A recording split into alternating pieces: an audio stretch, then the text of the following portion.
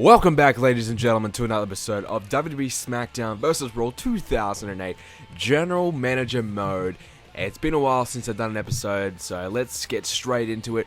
If you haven't seen it, check out the previous episode. It was a good one, as well. They always are pretty good. So we are not too far away from the Great American Bash pay-per-view. We're going to start building up our show leading towards this pay-per-view. We need to start getting the guys that we want to the popularity that we need them for the big matches that they have, and we need to try and start developing the feuds that we want to see and get ready for the pay-per-view. We need to start getting these feuds to maybe 4 or 5 weeks in, get a couple thumbs up, and start to build a show. Raw, their Vengeance pay-per-view, got 4.5 stars, so that's a bit of a kick at the backside, but nonetheless won't really affect us too much, I don't think. But anyways, let's get straight into it. So doing some trophy dates, doing things like that. We're checking the popularities of the guys we need to work on. There's a few guys that are lacking down the bottom there. We need to try lift them up, get them to the level that we need them to be. Now, we're almost got all of our guys to that level where we start to leave it alone. And what I mean by that is, I feel once we get our wrestlers all above the 80 popularity mark, there's no need to really do any trophy dates or any popularity activities on them anymore. I think, yes, doing them on our main event guys to keep them main event guys like Undertaker, Batista, John Cena, CM Punk, continuing to build their popularity, keep them around the 100 mark is vital. But once we've got all our guys in that 80 mark, there's no real need for us to work on their popularity, because of the fact that then you start interfering with who's the main event guy and who's not, and you get guys that you don't want to be in a contendership for the world title. They suddenly become contenders, and you don't want that. It gets all muddled up and fucked, and it just doesn't work. And plus, then you have to rely on natural popularity progression, so they're the guys who are actually winning and proving themselves to be top guys, and proving themselves worthy of title shots, earn those title shots. So they have to earn their way to the top, which I think is a good concept. So building towards this matchup, we have our Fatal 4-Way matchup, Hardy versus CM Punk versus MVP versus Undertaker. Of course, 2 rivalries in the one match there, which is one thing we really need to focus on at the moment. I'll get to that in a minute. And our next matchup is going to be Brendan versus the Sandman. These two guys will be having a feud, and we'll see how it goes there. This might be, maybe perhaps the #1 contendership for the United States Championship feud. Who knows? Kane and Corbin also having a feud as well. So we're starting to develop some feuds, get some guys working on some feuds, getting some guys who haven't wrestled each other to wrestle each other, and so forth. So our next matchup here. Now, what was I going to say? I lost my train of thought. I was about to say something. It'll come to me in a second. Next matchup, Batista, Rey Mysterio will team up. I really like the team of Batista and Rey Mysterio. They're going to take on Elijah Burke and and John Cena. So that'll be good. And building towards Great American Bash, we really need to do very well in this pay-per-view. We're kind of lacking at the moment where we want to be. We really aren't where we want to be right now. We're very below in the ratings. We're doing okay in the GM of the Year award. We're probably around about par at the moment where you expect to be at this stage. But we want to kind of lift that and get to where we are the top brand, of course. So JTG and Shad will have a handicap match against Matt Hardy. We want to do a Jeff Hardy, Matt Hardy tag team feud with the Crime Time. That's very much in the works, but Jeff Hardy's tied up in the United States Championship scene at the moment, so yeah. So as I was saying, with a popularity thing, if we get our guys, if we get everybody at 100 popularity, then we're going to have guys like JTG, #1 contender for the world title. We don't really want that. I don't really want that. I would much rather have a clear distinction of who's a main event guy, who's a mid-card US title guy. Of course, the cruiserweights are going to be anyone that we can use, and then we can have tag team guys. We probably need another tag team to add to the roster. I think perhaps Batista, Rey Mysterio, that would be a good tag team. I wouldn't mind seeing those. Of course, we have Kane and The Undertaker as well, so we have 2 potential tag teams we can use there. Mind you, our main event guys, but if they're moving away and they've had their shot to the world title and they're not really there anymore, we can perhaps throw them in the tag team mix and use them later on. I would personally wouldn't mind seeing that. So that might be something we could use in the future. That might be something we might do in the future. Of course, we are playing the tag team match, so Batista and Mysterio teaming up to take on John Cena and Elijah Burke. 2 heels versus 2 faces, of course. That's how we like to kind of keep it. Now, I think this is good because, you know, one unfortunate thing that's happened is we've had to use Elijah Burke versus Rey Mysterio again for the Great American Bash because I don't know, we just don't have a top-level cruiserweight to take on Elijah Burke. And Rey Mysterio is not tied up in anything. He wasn't doing anything. He wasn't being used. So we kind of just felt forced to use him. We might have perhaps, you know, think about trading in an Edge or a Shawn Michaels or someone like that to add another light heavyweight cruiserweight to the mix, and we can use them for the belt.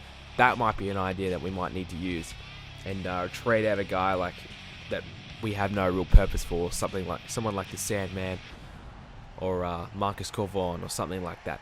I don't know, but at the moment, all things are going pretty well. I mean, the cruiserweight division is probably the only thing we really need to work on. With the tag team division, as I just said, we can add in a couple of extra tag teams if we need. So we're doing fine. I think GM mode is looking pretty good at the moment. And like I said, we've all got those guys around that 80 mark at the moment. So from now, I think we're going to probably lay off the trophy dates a little bit.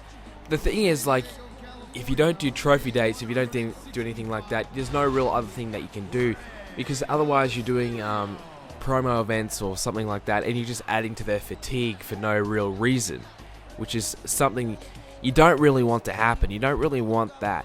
So basically, I don't know. I think I guess you could work on their endurance, their ability to get fan heat, things like that. So that's probably something we might think about working on in the coming weeks. It's now that the popularity has got to where we want it to be. And if for example, if Shad wins 5 matches in a row, his popularity is going to rise and rise and rise. So he's going to eventually earn his way to a belt, you know. So like if, you know, Rey Mysterio, his popularity is 88, and he wins 10 matches in a row, his popularity is probably going to get to about 95, 96. So he, in fact, earns his way to a title match. So if these guys earn their way to a match, you know, they can earn their way to contendership. So whereas, you know, rather than us gifting them that shot by just putting their popularity, you know, obviously we've picked the main event guys we want to have. We've picked Mysterio, Batista, CM Punk, Cena, Undertaker, CM Punk. Those probably are our main event guys. Elijah Burke, maybe not quite so much, but you know, we've picked the top guys that we want to have.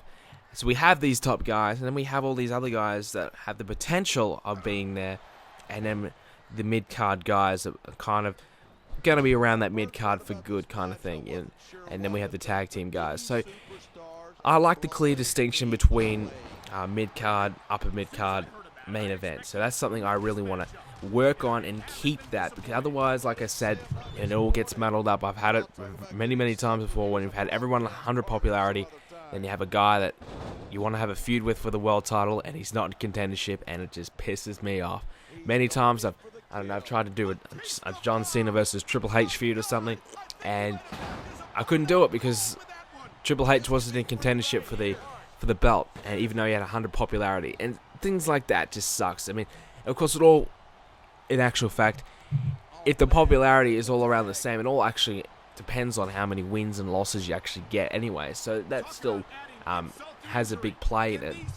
But still, like, you know, the popularity, you know, is the main factor. You know, if you're 40 popularity and you won 15 matches in a row, you're not going to be a world champion contendership, that's for sure. But yeah, so I don't want it to be all muddled up and fucked, pretty much. I don't want it to be all fucked. So that's something we're going to be working on. And as we continue this matchup, Elijah Burke, I noticed that he's, if you can see on his body, he's all in the red zone very, very quickly. So he's very easy to beat as Rey Mysterio hits the 619. I really like the team of Batista and Rey Mysterio. I remember seeing them when I first started watching wrestling. These two guys teamed up, and I was such a fan. I think they won the tag team championships, and I was such a fan.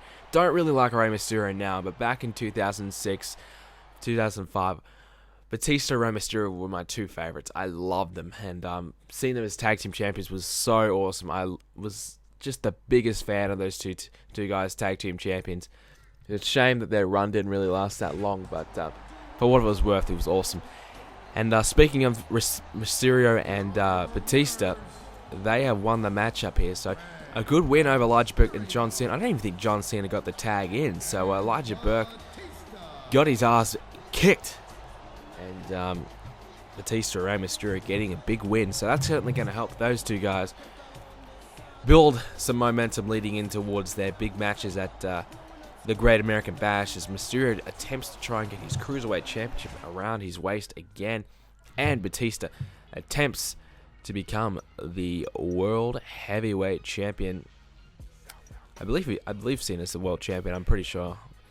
So I keep forgetting because I've done a lot of other GM modes as of late, so I keep forgetting on the series GM mode. Anyways, so we've had a pretty decent week. You can see some 3-star, 3.5-star. Main event got a 4-star, so not too bad at all. And we'll go and check out our emails, some ratings and things like that. But anyways, let me know what you guys are thinking on the roster so far. Any guys you want to see trade in? So we have two thumbs up rated feuds at the moment. So you can see there's a couple of feuds just starting to develop. So we're starting to get things on track, and things are looking good. Our ratings aren't looking good, but the rest of it's looking pretty good. Power 25, we're dominating it. Really, really good stuff. So, as I was saying, if you guys got any suggestions, any things you'd like to see, make sure you let me know, and we'll go and try and do it in the coming weeks. So that's about it for us, guys. Unfortunately, I don't think we beat the other brands this week, so we are lacking again. So leave a comment, leave a like. If you haven't, subscribe. More GM mode coming real soon.